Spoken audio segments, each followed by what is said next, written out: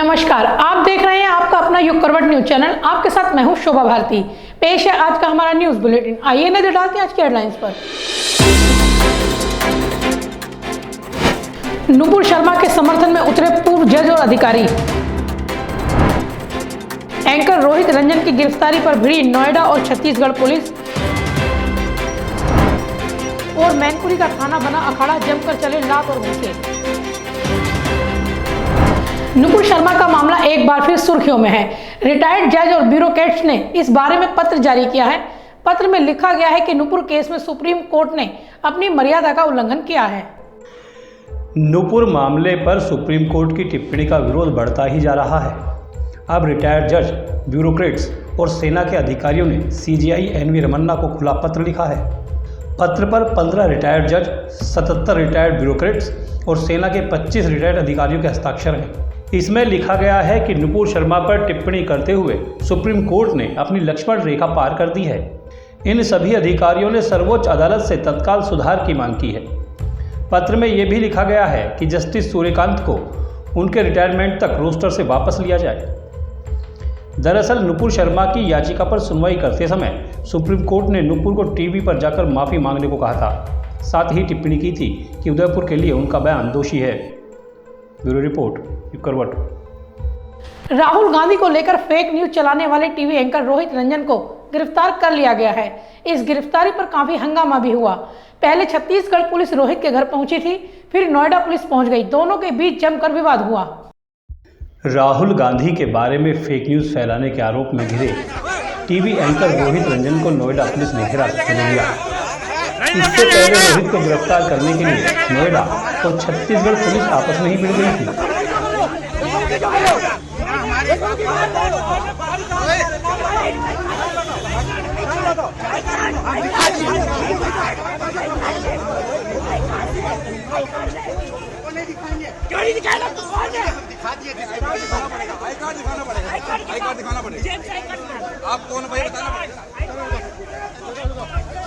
दोनों के बीच छीना झपटी का माहौल बन गया था। हालांकि नोएडा पुलिस को इसमें सफलता मिली। रोहित को छत्तीसगढ़ पुलिस कोर्ट वारंट के आधार पर गिरफ्तार करने आई थी। इससे पहले मुश्किलों में खुद को घिरा देखकर एंकर ने योगी सरकार और स्थानीय प्रशासन से मदद की गुहार लगाई थी। रोहित पर कांग्रेस के पूर्व अध्यक्ष राहुल गांधी के खिलाफ फर्जी खबर फैलाने का आरोप है। उन पर छत्तीसगढ़ में केस दर्ज किया गया है। मंगलवार की सुबह रोहित रंजन ने करीब 6:15 बजे ट्वीट करते हुए लिखा कि बिना लोकल पुलिस को जानकारी दिए छत्तीसगढ़ पुलिस मेरे घर के बाहर मुझे अरेस्ट करने के लिए खड़ी है। क्या ये कानून सही है? रोहित ने यह ट्वीट यूपी मुख्यमंत्री योगी आदित्यनाथ, एसएसपी गाजियाबाद और एडीजी जोन लखनऊ को टैग भी किया था। गाजियाबाद पुलिस को जब इस बात की जानकारी मिली कि छत्तीसगढ़ पुलिस एंकर रोहित रंजन को गिरफ्तार करने इंदिरापुरम पहुंची है, तो उन्होंने रोहित रंजन के ट्वीट का जवाब दिया। गाजियाबाद पुलिस ने लिखा कि प्रकरण स्थानीय पुलिस के संज्ञान में है। थाना इंदिरापुरम पुलिस मौके पर है। नियम अनुसार कार्रवाई की जाएगी। इससे पहले छत्तीसगढ़ पुलिस और नोएडा पुलिस के बीच नोकझोंक भी हुई थी। नोएडा पुलिस के कहने के बावजूद छत्तीसगढ़ पुलिस के जवानों ने आई कार्ड दिखाने से इनकार कर दिया था। छत्तीसगढ़ पुलिस ने कोर्ट का गिरफ्तारी वारंट भी दिखाया था और सहयोग की मांग की थी। पूरा दिन इस बात को लेकर हंगामा होता रहा और अंत में नोएडा पुलिस ने रोहित रंजन को गिरफ्तार करने की घोषणा कर दी। ब्यूरो रिपोर्ट, युग करवट। मैनपुरी का एक थाना चर्चा में है। इस थाने का वीडियो वायरल हो रहा है। यहाँ थाने के अंदर ही पुलिसकर्मी और युवक के बीच झगड़ा हो रहा है। लात घूंसों के साथ ही कुर्सी भी मारी गई। अधिकारियों ने जांच के आदेश दे दिए हैं।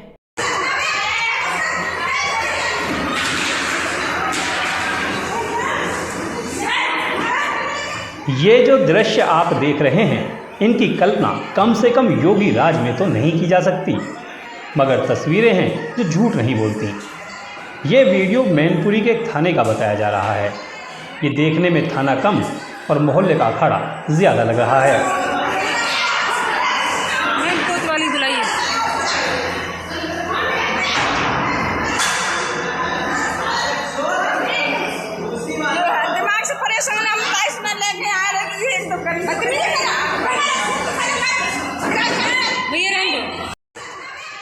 थाने में एक युवक पुलिसकर्मी से उलझ रहा है।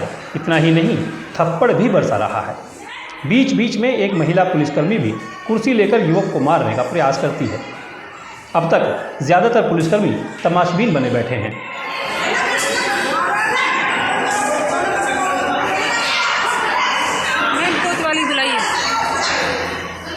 काफ़ी देर चले इस हंगामे के बाद कुछ अन्य पुलिसकर्मी आते हैं और युवक को हवालात में बंद कर दिया जाता है। लोग यूपी के सीएम योगी आदित्यनाथ के शासन पर प्रश्न उठाकर वीडियो को वायरल कर रहे हैं। सवाल ये है कि जब थाने के अंदर ही इस तरह की घटना होगी तो जनता में सुरक्षा का माहौल कैसे बन पाएगा। ब्यूरो रिपोर्ट, यू करवट। कोविड का एक और वेरिएंट पहचान में आया है। भारत समेत 7 देशों में वेरिएंट के मरीज मिले हैं। भारत में इस वेरिएंट के करीब 70 मरीज मिल चुके हैं। इसकी खोज इजराइल के वैज्ञानिक शाइफ लिशॉन ने की है। कोरोना के मामले में बढ़ोतरी के बाद पिछले 2 दिन से राहत भरी खबर सामने आ रही थी, लेकिन कोरोना के नए वेरिएंट के मामले सामने आने के बाद चिंता एक बार फिर बढ़ गई है। इजराइल के वैज्ञानिक डॉक्टर शाइफ लिशॉन ने दावा किया है कि भारत के 10 राज्यों में कोरोना वायरस का सब वेरिएंट मिला है। उन्होंने दावा किया है कि भारत में इस सब वेरिएंट के 70 मामले सामने आ चुके हैं। इजराइल के वैज्ञानिक शाइफ लिशॉन के मुताबिक दुनिया के 7 देशों में कोरोना के इस सब वेरिएंट के मामले सामने आ चुके हैं। यह वेरिएंट कितना खतरनाक है, इसे लेकर रिसर्च जारी है।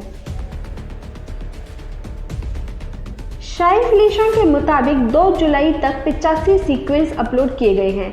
इनमें से ज़्यादातर भारत से हैं। डॉक्टर शाइफ लिशॉन इजराइल के शिवा मेडिकल सेंटर में मौजूद सेंटर वायरोलॉजी लैब में कार्यरत हैं। जानकारी के मुताबिक इस सब वेरिएंट के सबसे ज़्यादा 27 मामले महाराष्ट्र में सामने आए हैं, 13 पश्चिम बंगाल, 1 दिल्ली और जम्मू कश्मीर और उत्तर प्रदेश, 6 हरियाणा, 3 हिमाचल प्रदेश, 10 कर्नाटक, 5 मध्य प्रदेश, 2 तेलंगाना में मिले हैं। ब्यूरो रिपोर्ट, यू करवट। उत्तर प्रदेश में पौधे लगाने की मैराथन ड्राइव की गई। प्रदेश में 35 करोड़ पौधे लगाने का दावा किया गया।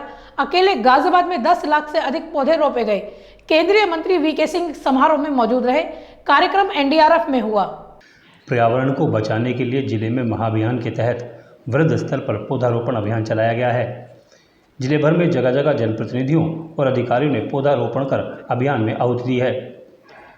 गाजियाबाद में जिला स्तर पर कमला नेहरू नगर स्थित एनडीआरएफ की 8वीं बटालियन में पौधारोपण का कार्यक्रम रखा गया, जिसका शुभारंभ सड़क परिवहन, राजमार्ग और नागरिक विमानन मंत्री वीके सिंह ने किया।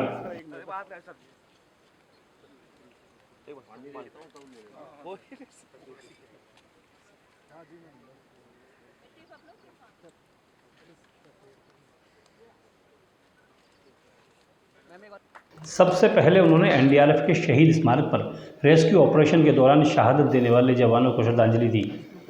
इसके बाद जवानों द्वारा उन्हें गार्ड ऑफ ऑनर दिया गया। केंद्रीय मंत्री वीके सिंह ने सुभाष सरोवर का शुभारंभ भी किया। उसके उपरांत सरोवर के आसपास डीपीएससी स्कूल के छात्रों और एनडीआरएफ के जवानों के साथ पौधारोपण किया। इस दौरान विभिन्न प्रजातियों के सैकड़ों पौधे रोपे गए। इस अवसर पर वीके सिंह ने कहा कि देश में पर्यावरण के प्रति जागृति आई है। लोग पर्यावरण को बचाने के लिए आगे आए हैं। इसी कड़ी में हर साल पौधारोपण कार्यक्रम का बड़े स्तर पर आयोजन किया जाता है। इस बार उत्तर प्रदेश में 35 करोड़ पौधे लगाने का लक्ष्य रखा गया है, जिससे प्रदेश में वन क्षेत्र को और अधिक बढ़ाया जा सकेगा। 15 अगस्त तक पौधारोपण अभियान चलाया जाएगा। प्रदेश के हर जनपद को लक्ष्य दिया गया है। वीके सिंह ने कहा कि वर्ष 2014 के बाद की सरकार की कार्यशैली बिल्कुल अलग है। जो काम शुरू किया जाता है उसे पूरा किया जाता है। इस दौरान उन्होंने अभियान में सक्रिय भूमिका निभाने पर एनडीआरएफ के जवानों की सराहना भी की। ये वृक्षारोपण का कार्यक्रम पूरे देश में चल रहा है। तकरीबन 5 करोड़ पौधे लगाने का एक लक्ष्य रखा गया है, ताकि जो भी चीज हम कर रहे हैं उसके नतीजे से आगे आने वाली पीढ़ियों को फायदा है। जितने हम पौधे लगाएंगे, जितने हम वृक्षारोपण करेंगे, जितने जब वो पौधे बड़े होंगे तो उससे जो हरियाली होगी, उससे जो ऑक्सीजन मिलेगी, उससे जो वर्षा के अंदर बढ़ोतरी होगी, वो सब आगे आने वाले फायदे हैं।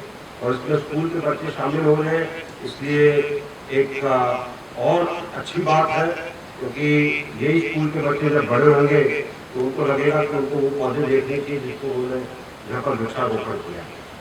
आपने इस सरोवर का निर्माण किया। मैं आठवीं बारहवीं के सभी लोगों को इसके लिए मुबारकबाद देना चाहता हूँ। जिलाधिकारी आर के सिंह ने कहा कि जनपद में 10,44,245 पौधे रोपे जाएंगे।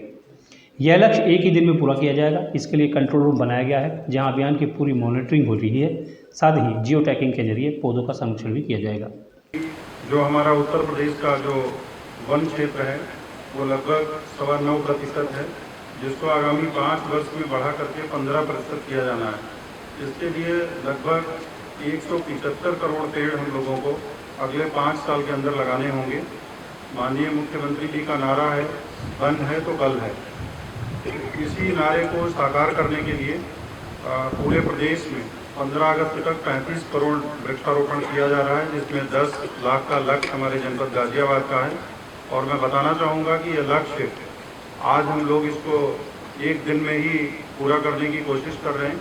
बटालियन के कमांडेंट प्रवीण तिवारी ने भी पर्यावरण की सुरक्षा करने की अपील की। साथ ही लोगों का आभार भी जताया। जो अभी तक 66 जिलों में अपनी सेवा अनवरत मूल मंत्र आपदा सेवा सदैव सर्वत्र के मूल मंत्र के हिसाब से दे रही थी, उसने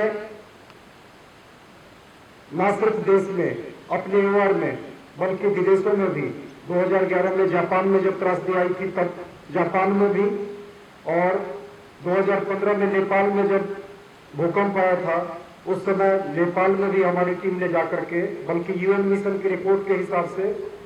वीके सिंह ने अपने गाजियाबाद भ्रमण के दौरान मुरादनगर के गांव रावली में मुरादनगर सुराना चांदीनगर बस सेवा का शुभारंभ किया। इस मौके पर वीके सिंह ने हरी झंडी दिखाकर बस को रवाना किया। स्थानीय लोग काफ़ी समय से इस बस सेवा के संचालन की मांग कर रहे थे। इसके लिए लोगों ने वीके सिंह का आभार जताया है। ब्यूरो रिपोर्ट, युग करवट। मौसम आम का है और हर आदमी आम का दीवाना है। ऐसे में लखनऊ का आम महोत्सव लोगों को आकर्षित कर रहा है। मुख्यमंत्री योगी आदित्यनाथ ने आम महोत्सव का उद्घाटन किया। महोत्सव 7 जुलाई तक चलेगा। रसीले आम की बात हो तो उत्तर प्रदेश का जिक्र ना हो ये हो ही नहीं सकता। लखनऊ के नवाबों को सबसे ज़्यादा जो पसंद आया वो है मलिहाबाद के रसीले दशहरी आम, जिसको वो खाने के बाद अपनी सेहत को दुरुस्त करने के लिए ज़रूर लेते हैं।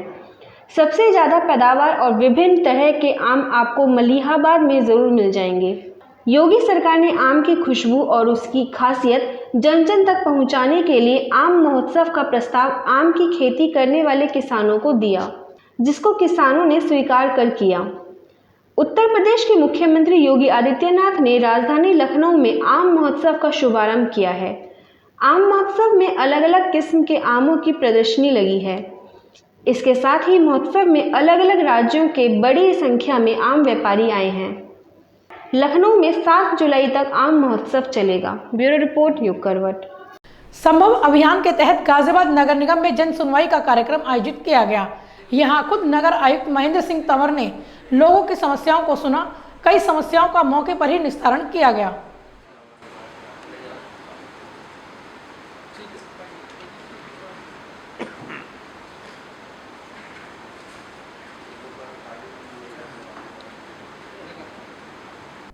अभी बहुत कम बरसात हुई है, उसके बावजूद शहर के कई इलाकों में जल भराव हो चुका है। प्रताप विहार में जी ब्लॉक का भी यही हाल है। वहां की सड़कों पर नाली का पानी बह रहा है। इससे लोगों का जीना मुहाल हो चुका है। ये गाजियाबाद में प्रताप विहार सेक्टर 11 के जी ब्लॉक का इलाका है, जो नगर निगम में वार्ड 51 के अंतर्गत आता है। आप देख ही रहे हैं यहाँ की सड़कों का क्या हाल है। नालों की सफाई पूरी तरह से नहीं हो पाई है। इसी वजह से नाले ओवरफ्लो होकर बह रहे हैं। नाले का पानी सर्विस रोड पर आ चुका है। इस इलाके की सड़कें छोटे छोटे तालाब जैसी हो गई हैं।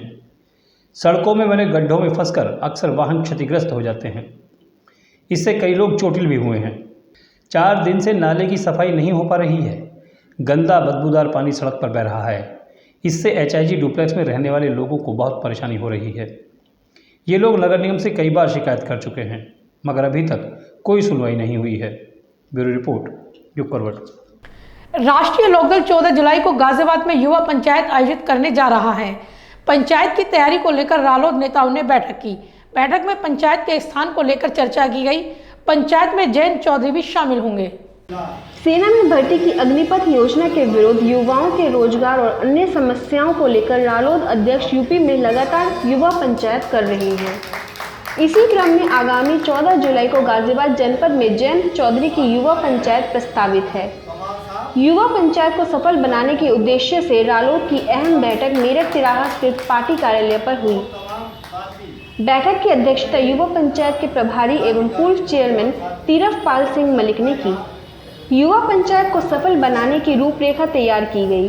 प्रभारी ने कहा कि रालोद लगातार अग्निपथ योजना का विरोध कर रही है, क्योंकि यह योजना नौजवान विरोधी और उन्हें भ्रमित करने वाली है। उन्होंने कहा कि पंचायत को सफल बनाने में सभी रालोद कार्यकर्ता जुट जाएं और अधिक से अधिक संख्या में युवाओं को पंचायत में पहुंचने के लिए प्रेरित करें। उन्होंने दावा किया कि कृषि बिलों की तर्ज पर सरकार को अग्निपथ योजना को भी रद्द करना होगा। युवा पंचायत से संबंधित जिम्मेदारियां भी पार्टी को वरिष्ठ नेताओं और कार्यकर्ताओं को सौंपी। जनपद में किस विधानसभा क्षेत्र में जयंत चौधरी की युवा पंचायत होगी, इसे लेकर भी मंथन होना है। पार्टी के सूत्रों के अनुसार मोदीनगर विधानसभा में जयंत चौधरी की युवा पंचायत पर मुहर लगाई जा सकती है। पार्टी के सूत्र बता रहे हैं कि रालोद के स्थानीय नेताओं ने मोदीनगर में युवा पंचायत के लिए उपयुक्त स्थान तय कर लिया है। आपसी सहमति के बाद पंचायत के स्थान पर मुहर लगा दी जाएगी। ब्यूरो रिपोर्ट, युग करवट।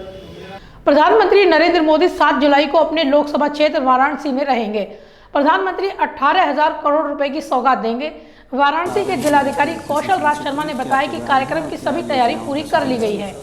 माननीय प्रधानमंत्री जी का वाराणसी में 7 जुलाई को आगमन हो रहा है और 3 मुख्य प्रयोजन इस आगमन के कारण हैं। मुख्य रूप से एक शिक्षा के क्षेत्र में बहुत बड़ी कॉन्फ्रेंस अखिल भारतीय स्तर की हो रही है, जिसमें पूरे भारत के वाइस चांसलर्स, डायरेक्टर्स और शिक्षाविद यहाँ जुटेंगे और 3 दिन नई शिक्षा नीति के ऊपर मंथन करेंगे।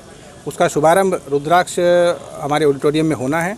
उसके शुभारंभ के अवसर पर जो ओपनिंग सेशन है उसमें माननीय प्रधानमंत्री जी शिरकत करके उसकी ओपनिंग सेशन का शुभारंभ करेंगे, साथ ही उस 3 दिन की कॉन्फ्रेंस का उद्घाटन करेंगे। तो आज के लिए बस इतना ही। गाजियाबाद और देश विदेश की खबरों के लिए देखते रहिए युग करवट और पढ़िए आपका अपना युग करवट न्यूज़पेपर। युग करवट चैनल को लाइक करें, सब्सक्राइब करें और कमेंट जरूर करें। आपके कमेंट हमारे लिए महत्वपूर्ण है। नमस्कार।